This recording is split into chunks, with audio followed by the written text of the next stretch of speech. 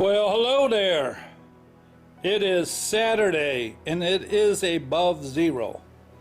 So after 3 weeks of negative temperature, I mean as low as -45, I have not been out in the garage for 3 weeks. In fact, I have not been out of the house.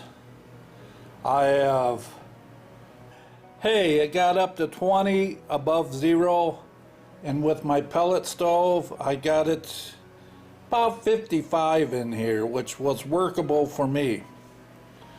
So what to do today? One, I decided I'm going to take care and make a patch for this. So got the floor pan. So I was going to make a patch that goes from this corner all the way into here. So let me show you how I began. I measured from the corner to corner as far as the length and went scrounging for sheet metal. So the only sheet metal I have is 22 gauge that, believe it or not, I bought at Menards, you know, where they have their little steel supply. So I ran across the sheet metal, a piece that I had, and this is what I made today. This is going to be the patch panel that I will weld in tomorrow.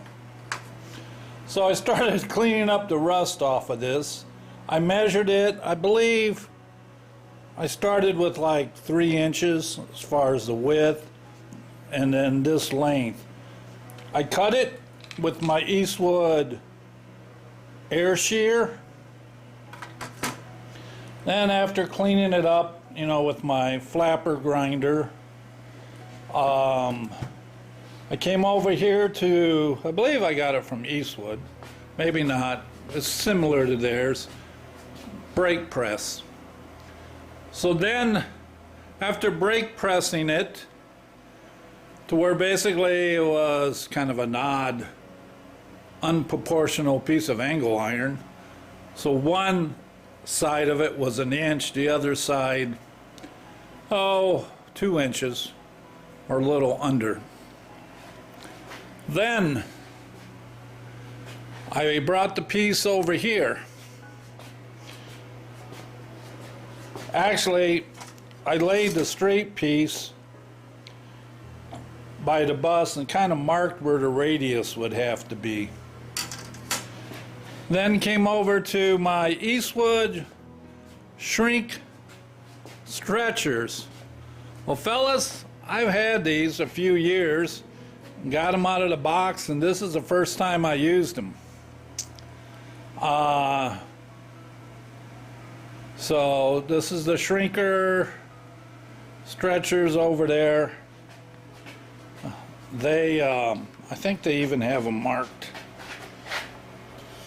Yep. As you can see, stretcher. The other one's the shrinker.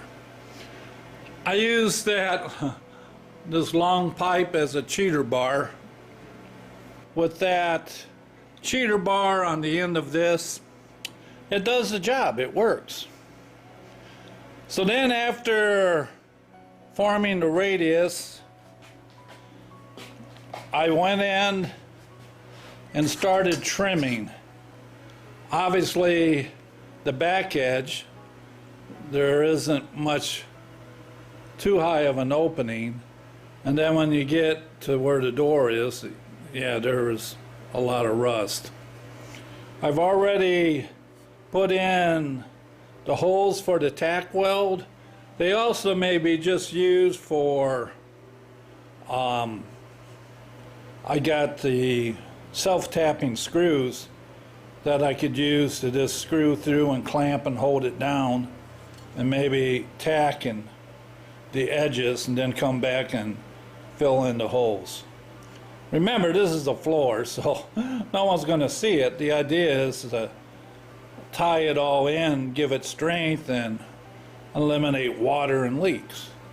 So you can see with the light, let me zoom,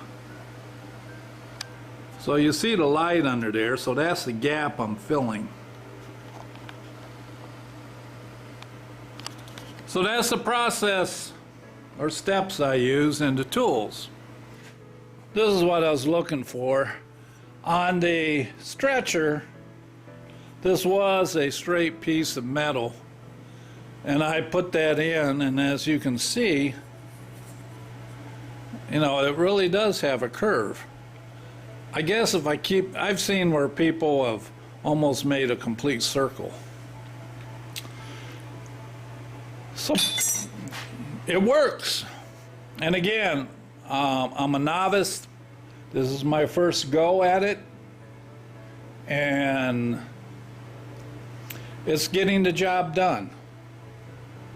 All right, tomorrow I will weld it in place. I got some 024 welding wire from my MIG welder.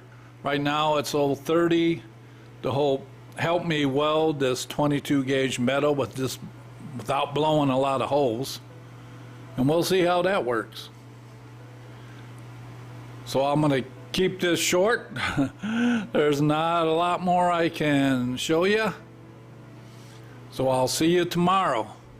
So yeah, 3 weeks, temperature got above 20, and I finally made it out in the garage. When I first came out in the garage, it was like opening a freezer that was in bad need of defrost. I mean, everything was so cold to touch.